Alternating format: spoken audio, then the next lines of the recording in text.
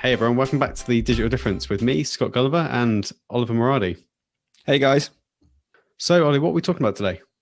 Yeah, so today we're going to be talking about the the digital aspects to consider when starting up a new business. So really, I think we want to go in from our experience, don't we, Scott? Really, and kind of discuss around what we found has worked, what we found hasn't worked within like the first year of us operating our own business, and like sort of exploring the different digital avenues we've used. It's been a very interesting year in terms of what we've tried to use, what's been successful, what hasn't been. So we kind of thought it'd be really interesting to delve into that, and we'd give our sort of opinion on the different digital tools out there, the different methods that you can use, and what's worked for us and what hasn't, and hopefully that'll be useful for you guys. Yeah, I think like you say, we've been a year in now, haven't we? So it's a good time for us. We've tried a lot of things ourselves. We've seen a lot of what's out there and what's working for other people. It's a good time for us to reflect as much as it is to give some advice on what we would recommend these days. I think as well, we talk a lot about digital transformation and larger, more established companies going through that. But this is almost the other end of the scale, isn't it? It's companies that have almost a clean slate, what to consider when going into business. And that doesn't necessarily need to be the most technical things in the world. I think actually a lot of these apply to whether you're a tech startup or, a small even retail store operating with some digital presence. I think a lot of this applies across the board. Absolutely. And this is something that I think is really important when we first like building a business, or when anybody first starts like creating a business and building that up. You have that freedom almost, especially with new technologies, to implement it. Whereas if your business is a lot bigger, or if you're a globalized business, for instance, you're probably going to have processes in place. You're going to be using digital technology that has to run through a certain amount of risk control and stuff like that. So there's not that much freedom in what you've got. But when you're a new business, the world's your oyster, if you will, and you can start fresh. And if you've worked for other companies before and you thought, this is where this product would be amazing, this is where this product would be amazing to use, you actually have that opportunity to use it. And I think that's what's really valuable when you first start up a business. It's actually having that preparation early on as to what you're planning to use and what you can use, and also test it as well. I mean, if it doesn't work, you haven't lost much. Whereas if you're in a much bigger business, if you do test something, where you put something to a test phase and you buy a product, it's going to cost a lot more money. And if it doesn't work, then you've lost quite a lot. Whereas new businesses, it gives you that perfect platform to start fresh and test out new technologies. Yeah, testing really does come into it. I think there's such low overheads in just trying something out and seeing if it resonates with what you're doing. But the freedom, like you talk about, it is such a great thing for new companies. And today, we're more privileged than ever to have so many tools readily available, and a whole different bunch of options we can use across the board. But in many ways as well, a lot of business owners start up, they realize how actually busy they're going to get all of a sudden. You only have so much time in the day, don't you? And it's almost quite a scary landscape when you're considering options and trying to weigh them up, because there's just so much out there that looks very similar. Absolutely. So a question for you, Scott, then. We're talking about kind of tools and that sort of digital tools that you can first start using. What sort of tools do you think are best to use? Would you think going down that freemium route, for instance, when you first start up a business, or is it actually good to invest in proper software, actually spend that upfront cost? I mean, what do you think? I mean, I know I have my opinion on this, but what do you think has worked for us within the first year? Do you think it's been that freemium sort of products that we've been using, or do you think it's been actually going out and paying that premium price? Yeah, I mean, a lot of the packages out there and a lot of the tools out there are actually, like you say, based on that freemium model and don't require a lot of upfront investment. A lot of them come with pretty gracious free periods or free tiers. And I think, for you and I, Ollie, in our company, we're still using a lot of those free tiers today, where until you grow up to a certain size, the free entry is actually perfectly fine. I think there are a couple of tools that are worth investing from the start. And they don't require huge amounts of investment. And a lot of them are kind of paid month by month anyway. But I think the most important thing that we found, and I think that is really a core tenet of all companies these days, is good communication software. The backbone of that, of course, is email and having a good email provider. and then having some sort of good communication software that's very closely linked to that has been a real bonus that we've seen. So, for example, we run off of the Google Suite, which comes with not only your own customized email, but also Google Chat, Google Meet for video conferences, and all of those tied together, along with things like Google Docs and everything else in that suite. And there are a bunch of others. I mean, Microsoft Teams, again, is another very good option, especially for those coming from a corporate world already. That might be a good tool just to pick up and use. But a lot of those, they do require investment, not necessarily in money upfront, but they do require some time and thought and into setting that up. But I think they're such a core part of how a business operates these days. Even again, if you're primarily an offline business, say you're a hairdresser, for example, I think having that type of tooling in place will not only set you up well for dealing with external clients and communicating with them, but also when you start to build out and have a team around you, it's really essential that you can really communicate well and on the same thing. So I think that's one of the biggest areas I would start with. What about you? I completely agree. It's almost like that core HR function when you first start. I mean, people wouldn't see it as like that HR function, but it kind of is. And it's like you said, it's getting those communication platforms in place. And I think that for me, the Google Suite has been absolutely amazing. I think it's leaps and bounds ahead of what we're used to using. Don't get me wrong, Teams is brilliant, and Outlook's brilliant, but with Google Suite, it kind of brings everything together. It makes everything kind of easy. And I think that is a key feature that we use. Something else that we didn't start paying for. I mean, there is that premium plan that you can pay for, but Figma for designing as well. Figma's been absolutely brilliant. So for me personally, I think that if your business is small enough, you can start off using these freemium software. You can use it all the time, as much as you want, most of the time as well. And it doesn't actually it actually really benefits you. And I think they're there to kind of bring you in. And then, I mean, obviously this is a marketing tactic for these companies, because as you get bigger, you've stored everything on Google, for instance, or you've stored everything on Figma. And as you get bigger and you want to delegate more licenses out to your growing company and your growing employee base, then you're going to have to start paying for that. And that's a perfect way. But for companies that are just starting up, these freemium tools I think are absolutely brilliant. And I think they're also essential, because you're not going to have a lot of money when you first start up, unless you're really, really lucky. So where you can cut cost is on these freemium pieces of software. And I personally think they've really helped us. What about you, Scott? Do you think they've really helped us in the first year? Yeah, absolutely. They really have. For one, having a suite like that just for your internal team really does drive collaboration and makes it much easier in this world where, I mean, we always intended to be a remote first company and have a distributed team, but obviously every company is now forced to operate in that way to some degree. And having tools like this are pretty essential these days anyway to getting that right.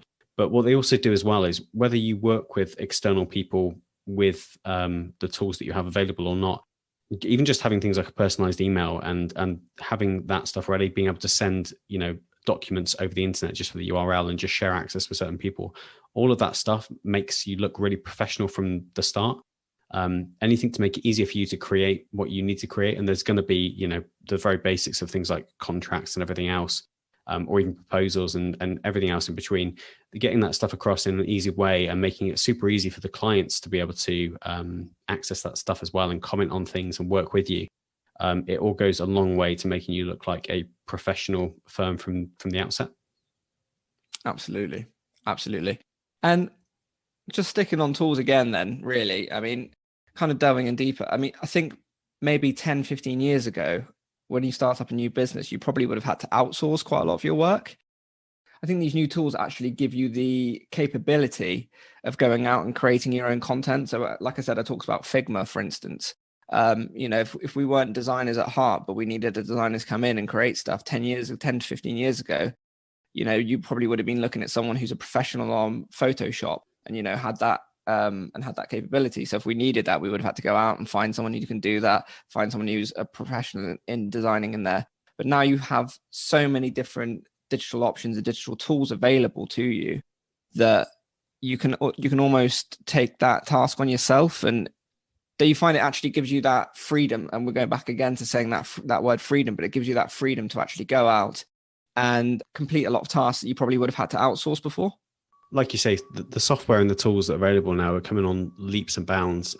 You take something like, obviously we use Figma because we're quite used to designing our own things from scratch, but even tools like Canva, to be able to take templates and plug in your own text and have really high quality assets to go and share on Facebook or LinkedIn or whatever, or even just to create banners and logos and everything else, that stuff has come on a huge amount. And it's really incredible to see people that wouldn't call themselves designers at all pick up these tools and create something that looks really good, and just have it ready to roll. It makes a real difference.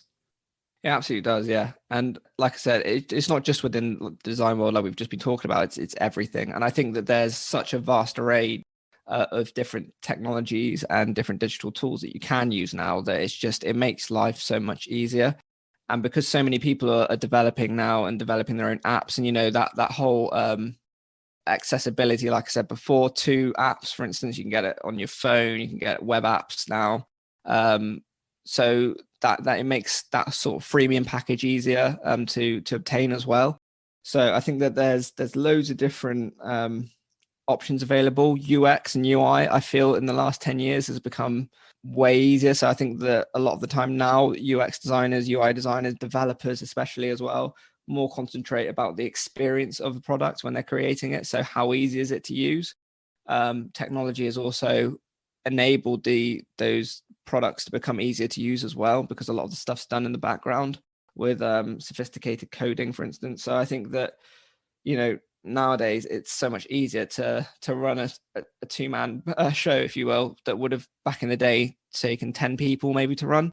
And this is probably where it can make your company a lot more efficient, and it also gives you that accessibility to actually start up your own company as well more easily. So if you want to go out there and actually be your own developer, for instance, and you want to be a digital agency or something like that, you can probably do it with no more than 2 people, or even with 1 person at sometimes, depending on what your goals and what your aims are. So I think that it does actually give you that freedom and that accessibility and that capability to go out there and actually create these products or start these businesses. Sorry. Yeah, I would completely agree. I mean, you can start a company these days, pull together a few online tools, and actually, like you said, we've got the basis of a company, all the facets we would need. I mean, even accounting, and that's another area I would suggest people look into from the offset is, the accounting software that's out there these days is pretty incredible. Things like FreshBooks, and there are other ones on the market as well. But again, there's been a lot of thought around the UX and people starting their own business who don't have a lot of time to deal with that stuff, but just need to create things like invoices that need to track time and bill against it. All of those things are made really easy through things like accounting software. And then as you start growing, you can either decide to move to different software, because very often there is quite little tie-in to these systems in the long run. But very often you can do things like bring accountants along and they can collaborate with you. And like you said, Ollie, as well, in a world where we're all stuck at home, but equally trying to manage work life and home life. And I think that's always going to be the case for especially small business owners, to be able to quickly pull up things on your mobile as well as on the computer when you're on the move or whatever is a really good feature of a lot of these online tools. Yeah, absolutely. And also another tool as well. I mean, you probably would have spent £500 on a lawyer before for an hour of their time to look over documentation or whatever. Now you can go out and get, again, there's that freemium service, or something I'd actually probably suggest you do pay for, is for the legal advice. However, to create the actual documentation, you can go and get a standard document online, and then maybe get a lawyer to look over it. So it would have cost you a lot less money. But again, it's just some of these tools that are there and are available to you. Maybe that is actually an exception in terms of where I would probably suggest you go and pay for that kind of stuff. At least get some sort of professional oversight on legal documentation, because you don't want to be caught out and lose a lot of money by being sued, which is a very real possibility, or bring people on into the business when the contracts aren't quite right, and then they have more rights than you want to give, or they have less rights than you should be giving. So you should be careful around those areas, and that's probably where maybe you want to start investing in some of these tools. But the tools that are there to create the documents done, still to create a sort of template. So it's been, I think it's definitely something that people shouldn't fear when they first join, create a business. The digital platforms and the digital products that you actually get given to do and create your job and do your job well. There's so much of it out there, so it's definitely something that shouldn't be feared. Yeah, I totally agree. There is a lot of things that are probably worth taking the risk on, just because there is a low overhead. I think, like you said, the legal aspects can be a bit more daunting. But then again, even things like, GDPR statements and privacy notices and all those sorts of things, getting good boilerplate versions of those, because like you said, there are a whole load of good sites out there that can manage all of that for you. Essentially, the basics like that to get in, it's made really easy now, which is really good to see. One of the big things when we talk about digital, of course, is digital marketing these days, and that's, I think, in my mind at least, a huge aspect that most companies need to be thinking of. Would you agree, Ollie? 100%. And literally, it was about to be the next off of my conversation, or next question I was going to have for you as well, because I think it's so important. And I think that we've both come across this now because it's something that's been a massive part of our first year. Don't you agree, Scott?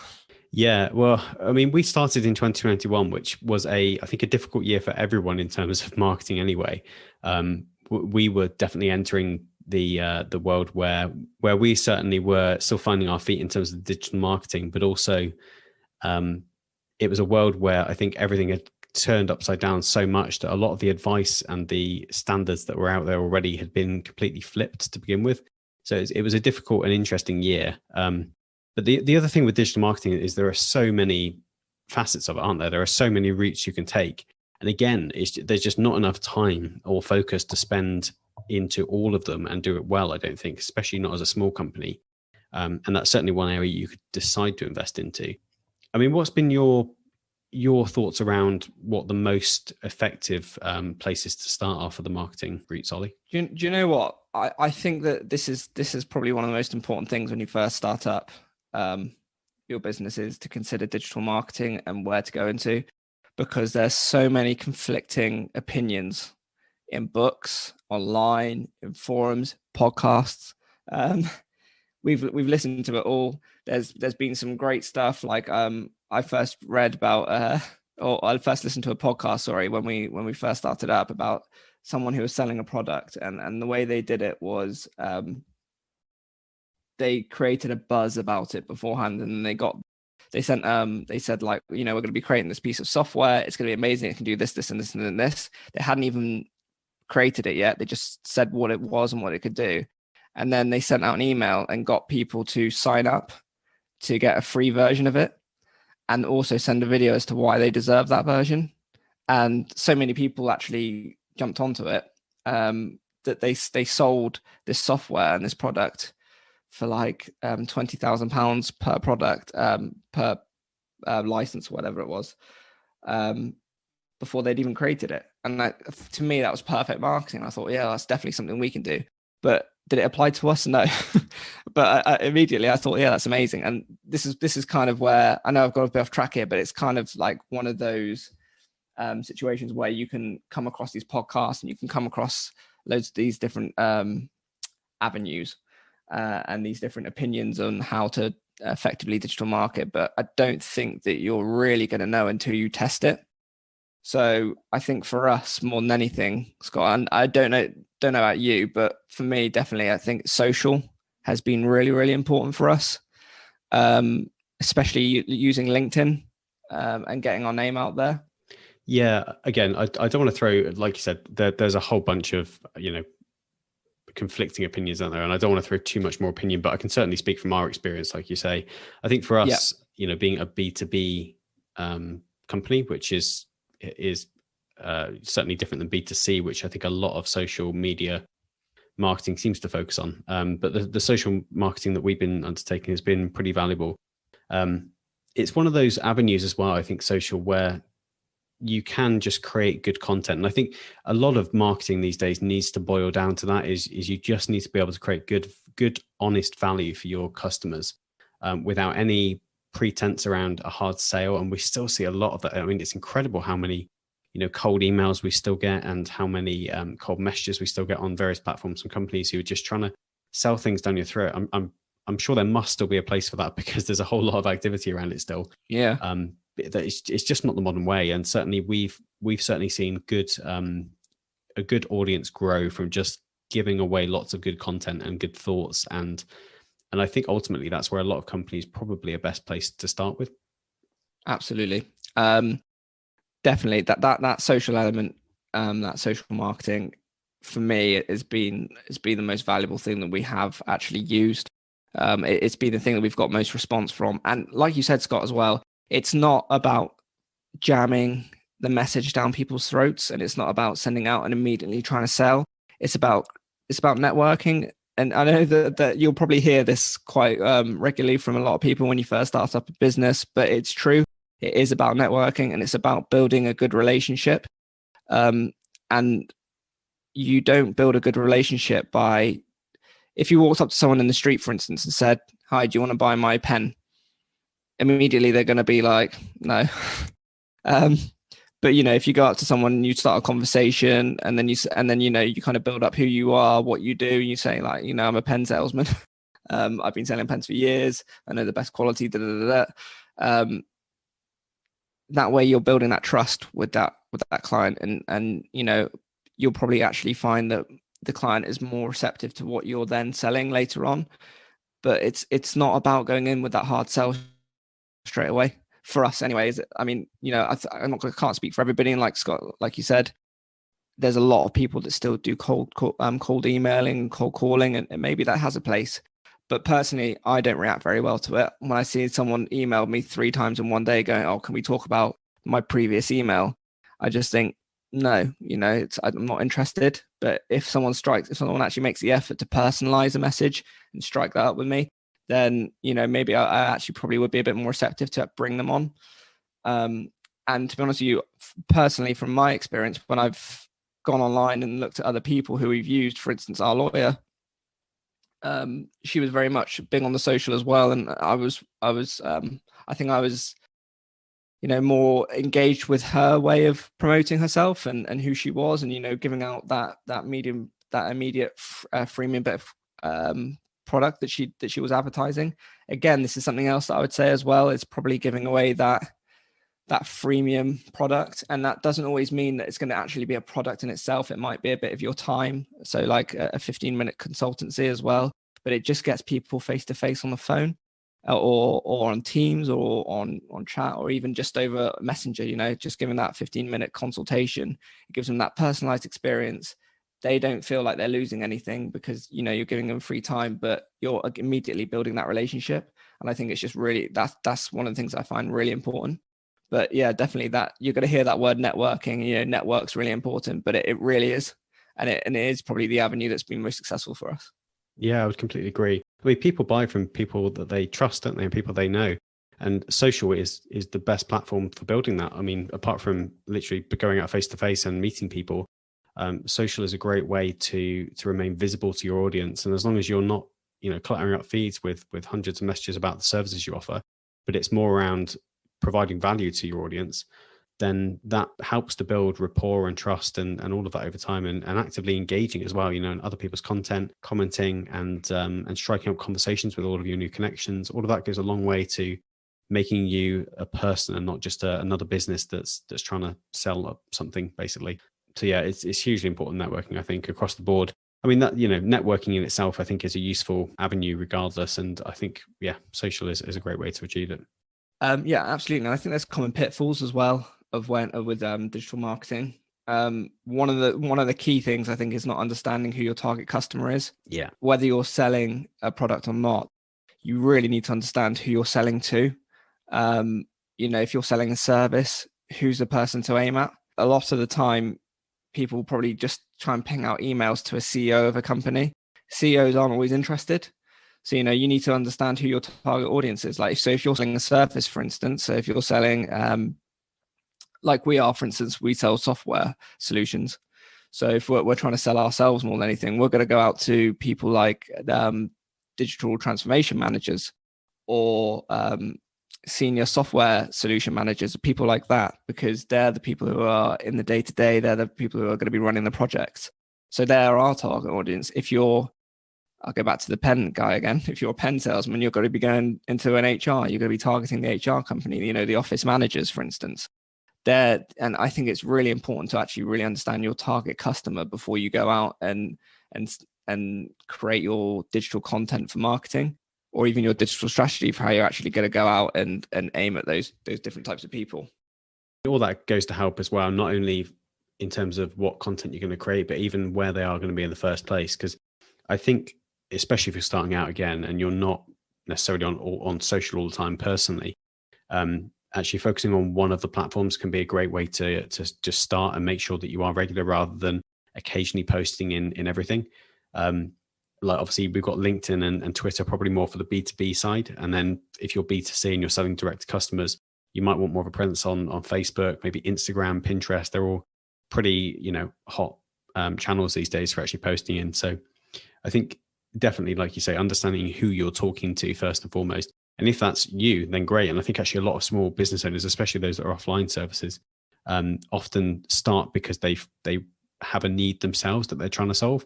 So if that person's you, then great, you can just kind of post around what you like. But if it's not, then you need to be very mindful about what you're posting and who you're talking to each time, I think.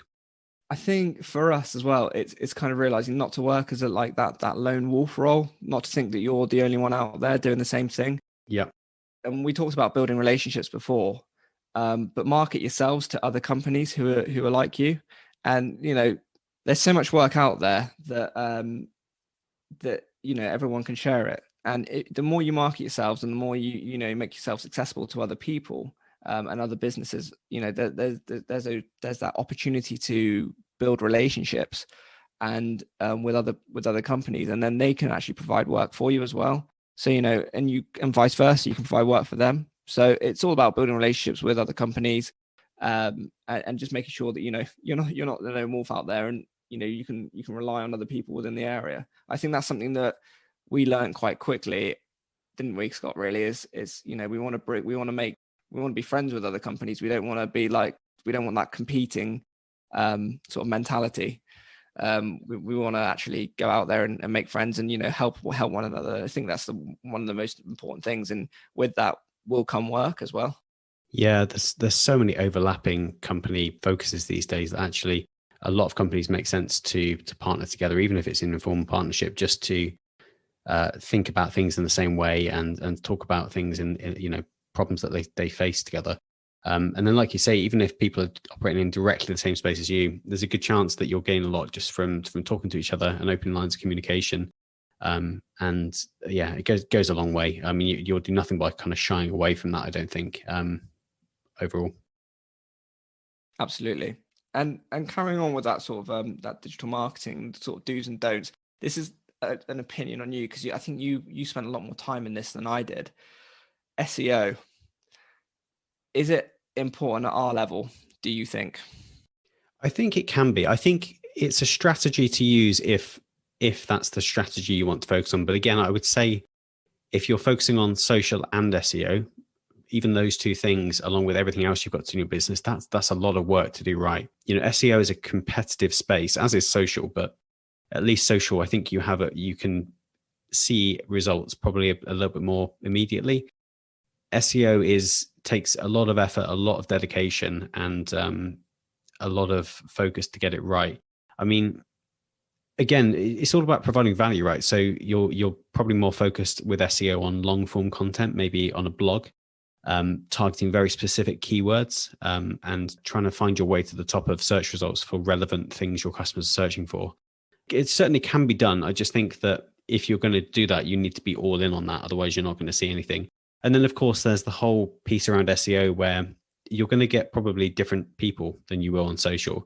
I would say the leads you would get on social are probably more warmed up than the ones that are on that are finding you via SEO. People that are probably have never heard of you before that are clicking on a link, rather than people that are slowly warming up to you over time on social and then eventually reaching out, hopefully for work.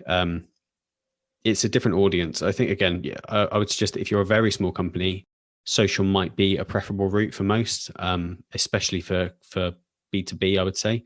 For consumer, again, you might get some results from SEO. I think if you're selling a product, maybe that's the way to get up some of the results for people searching for similar products. Yeah. But yeah, the focus is ultimately what I'd recommend, and pick one thing and try and do it well and regularly as well, and don't kind of give up at the first hurdle. Absolutely. And I think it was sort of key for us, really, wasn't it? I think we spent a lot of time, well, I'll give it the credit to you. You spent a lot of time looking at the SEO and trying to get our SEO across all of our digital platforms, our website especially. And we probably didn't see enough of a engagement with it, did we? We didn't see enough value in it, I don't think. Yeah. And equally, you also base it on site visits. And another way that you're going to get site visits is reaching out on social media, Google ads, for instance, Facebook ads. So, I mean, like you said, taking that sort of social approach may be better for smaller businesses, depending on what you're selling. However, if your site is very much e-commerce based, I can imagine that SEO is really important in that space. Yeah. And that's probably where you really want to focus. But if your site's more used as a marketing tool for who you are and more of an extension of who you are and the services that you offer, then maybe, you don't need to focus on it too much. And again, it's about going down that social route. But it just shows that social gives you that other element, it gives you that other direction, if you will. Yeah. And that other option for you to use as and when you need to. Exactly that. And I think broadly, my recommendation across the board with any digital marketing that you apply is keep at it. Results are often much slower than you would hope or think. And what it requires is constant effort. It's not going to be, you might not get results 2, 3, 4 months along the line, but this time next year, you'll wish you had started now. And it's about persistence. And, things like social are great as well, because even if you're not seeing a huge amount of impact, the few people that are seeing your content and are liking it and sharing it, that gives you a real good bit of internal feedback that you're on the right path, and you're at least giving value to 1 or 2 of your audience. And hopefully that gives you the encouragement to go on. Whereas things like SEO are a little bit harder to track. You're obviously ultimately trying to get to leads that you can convert. But it can be quite a long way between starting your SEO journey and getting reliable leads through that you can then convert. So yeah, I would suggest more than anything, persistence is key, and focus on one thing at a time. Absolutely. I mean, the other thing to think about with digital marketing, of course, Ollie, is websites. And websites can often sometimes feel a bit antiquated now, but where do you think they fit in today's impact, and are they still relevant? Oh, that's a good question, Scott. And do you know what? Like if you asked me that question a year ago, I would have said yes, 100%. And I don't know where you stand on this, being a developer. So I'm not trying to offend you here, but no, definitely 100%. I would have said yes. I feel though that more people use apps nowadays more than anything else. Most people are glued to their phones more than they are glued to a desktop. I still think there's a place for it. I just don't think it's as important as a social platform. And I don't think it's, I think that, yeah, fair enough. It's harder probably to build an app and to also promote who you are on an app, especially on a phone app or whatever. It has its place. I just don't think that it's as important as it used to be. I think it used to be the go-to for everything. If you went to someone's website, that would be them in a nutshell. But I think that because you have so many options of different platforms now, like for instance, like I said, mobile apps and etc., I don't think it's as important as it used to be. And I think that personally, we can probably sell ourselves better through maybe our LinkedIn profiles and our Facebook and our Twitter, for instance. So all those social platforms more than we could over websites. I mean, what do you think on that, Scott? I might be completely wrong. I don't disagree with your statements at all. However, I fall completely the other end of the scale on this, I think. See, I think in a world where we're seeing companies show up on multiple different platforms, especially social, where you might see a company, you might be scrolling through your feed, for example, and see a company over multiple months and not really take in what they're saying necessarily, but know that they're there and know that, what they're about. I think that most people and most leads will still go through a website to actually almost qualify the company in their minds. I think as a backbone for the company and everything they do, I think a website is still a fantastic tool and probably one of the most effective tools in actually converting people. I agree that certainly some leads will come direct through social, and there's certainly an ability within certain social channels to tweak your profile and everything else to kind of personalize it in the way that you want. But there's nothing like a website with a completely blank canvas and an approach in terms of how you market on there to really make it your own, and really use it as a tool to convert people. And I think getting across your message in a way now, especially with all the tech we've got around, good typography and good messaging and good copywriting, and there's a lot of focus around that lately, combined with things like more video and photos and imagery and everything that we can push now as well. I think all of that goes a long way to combine to a really effective marketing tool at the end of the day. Yeah. And don't get me wrong, I do 100% still think that there's a place for it. And I would never ever say that there isn't, because I like you've said, Scott, I think it is you. A website is completely personalized by you. So it's not, it doesn't have the same feel that, a social platform would. So for instance, Facebook, everybody's Facebook kind of looks the same. You might be able to add an image here or there, but fundamentally it's got the same interface, and it's got the same look and feel. So yes, definitely you can personalize it 100% to who you are, and it kind of shows off who you are and what you can do, almost like a portfolio, if you will. But I just feel it's not as important as maybe it was 10 years ago or 15. Like it's not the go-to. And don't get me wrong, I definitely think that there is still a place for it, 100%. I just think that there are other ways that you can probably promote yourself. And I think there's probably quite a few businesses who can just operate from social and wouldn't need, and I think I've seen a few as well that don't actually have their own websites. They just operate from social, and they probably are the smaller businesses. And I'm not saying that it's the right way forward, but it's not it's not a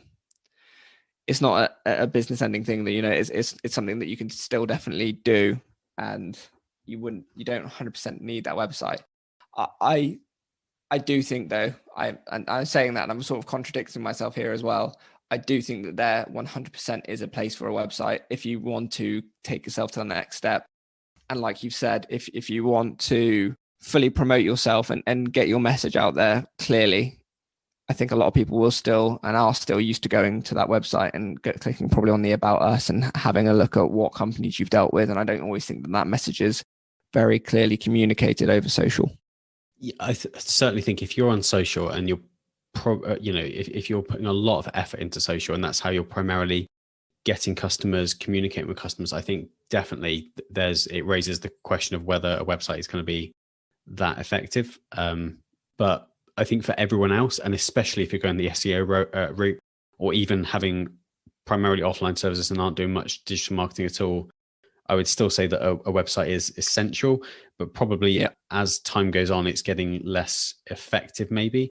But it's still the way to get information across online, I would say. Absolutely. But you're right. There certainly are examples of companies who do everything through Facebook, for example. A lot of smaller, certainly local businesses tend to operate like that. And there's even companies, like the ones that operate through third parties, like people who provide things through Etsy, for example, who will primarily do social media and then just exist on the platform that they're running on, and that'll be it.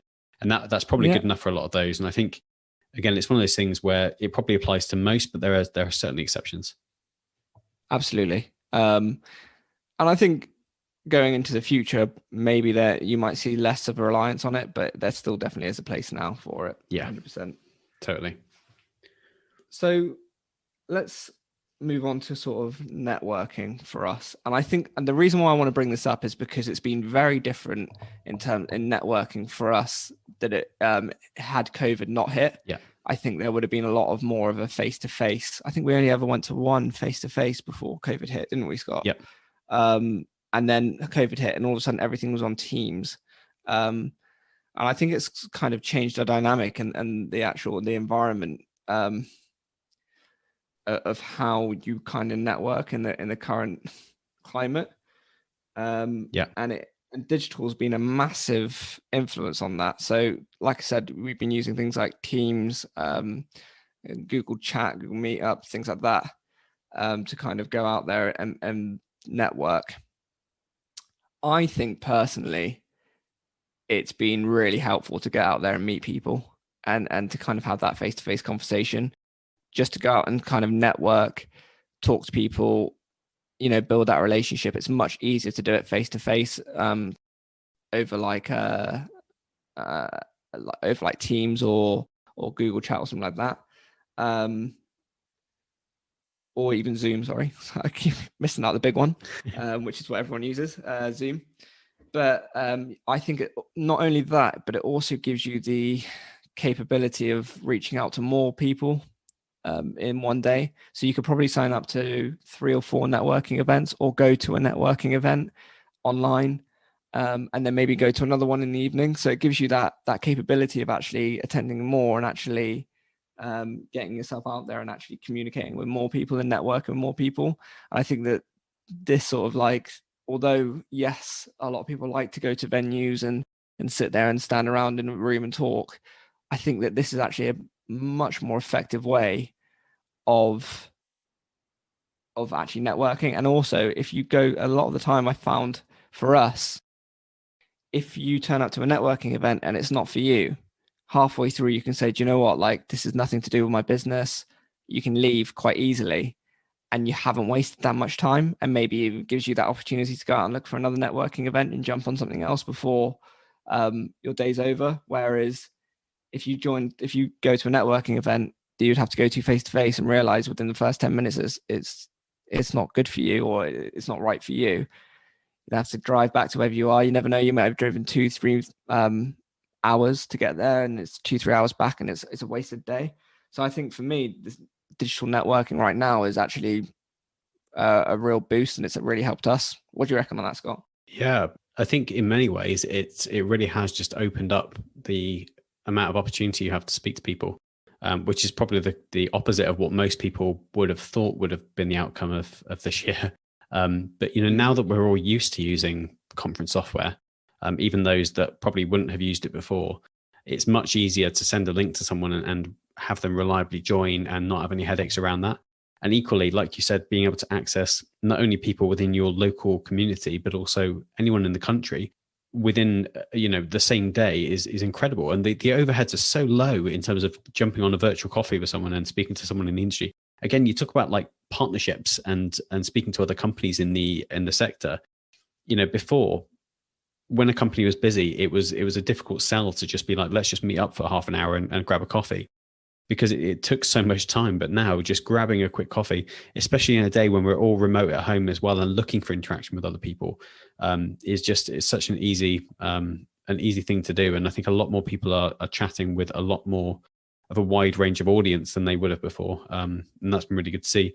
And of course, you've got things like Clubhouse, which has kind of hit the market recently, and that's kind of revolutionizing things again in terms of getting people chatting and really talking to each other. And I think a lot of those platforms are really starting to drive even more kind of B2B conversations and just wider, just chatting with people in the industry, which is great. Yeah, absolutely. And it really does help. I know we mentioned it before, like you're going to hear that word networking, but it really does help. And yes, it might be a bit nerve wracking in the first instance to jump on these calls, but that soon goes away as soon as you realize that other person's really interested in what you want to talk about. You're interested in what they want to talk about, and you're both there for the same purpose. And it really does help. And I think that digital networking is so much more valuable than face to face and networking in real life and going to events and stuff like that. It's just much easier just to jump on a call, and I just think that there's so much value in it.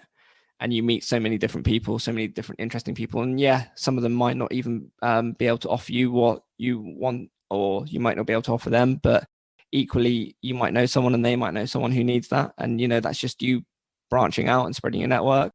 And supporting tools like LinkedIn really then do help connecting with these people and keeping them within your local network. So, that's where LinkedIn especially backs this up. Yeah. And kind of it almost gives you like an audit trail, if you will, of your network, and keeps you and just allows your network to expand and stay more present. Yeah, absolutely. I mean, it's been so useful this past year. I think LinkedIn has, seen a tremendous increase in the amount that's been going on there. And it's just been great to see. There's been some genuine content that has been produced on there, which has been, real and relevant. And also it's just got so many people talking to each other, which is great. And I would say as well that, if you were talking about things to invest in at the start, I mean, certainly when you're becoming a business owner, investing in a good setup for not only the work you do day to day, which is predominantly going to be from home, more than likely at the moment, but also just in terms of good, video conference setup as well. So having a good webcam, good audio, a clean backdrop, good lighting, all that sort of stuff really does help to connect with the person on the other end. And again, can go a long way in terms of making that networking just much more effective. Absolutely. Yeah. Definitely need to invest in the tech as well. Yeah. It really does go a long way. Good internet as well nowadays. I think it's really important considering everybody's on it. It really does help, because the last thing you want to be doing is going through a Zoom call and cutting in and out every 2 seconds. Totally. So, making sure that you've got like a good connection. And yet I understand, fair enough, there's some people who just don't have that option, but it's just getting the best that you can from the area that you're in. And it's really important nowadays more than ever, because there's a massive reliance from these digital tools. The better they get, unfortunately, the more bandwidth they're going to use. Yeah. So, that's just something that definitely you're going to need to invest in. Totally. Okay, so well, that's been a great chat today. I mean, I think we've covered quite a lot from our personal experience and kind of the different aspects that you need to consider when starting up a digital business, if you will, or even just the digital aspects within that business. So it's been really interesting to chat. What do you think? There's a lot to consider, I think, when you're starting up a business, but I think as much as it's a scary world with lots of options, there's a lot of things that can make your life easier when you start up. And like we've said, not only the digital marketing, which is a big thing to focus on, but also just the tools and the processes that you can pick up to make your life easier. And getting those set up from the start will just save headaches in the long run. I'd really recommend it. Cool. Brilliant. Well, thanks everyone for joining us today. And as always, we'll catch you in the next episode. Before then, if you've liked this episode, we'd love it if you could just leave us a review on iTunes and tell a friend as well. All of that goes a long way to helping us. We'd really appreciate it. And until next time, we'll see you. Cool. Cheers, guys. Cheers.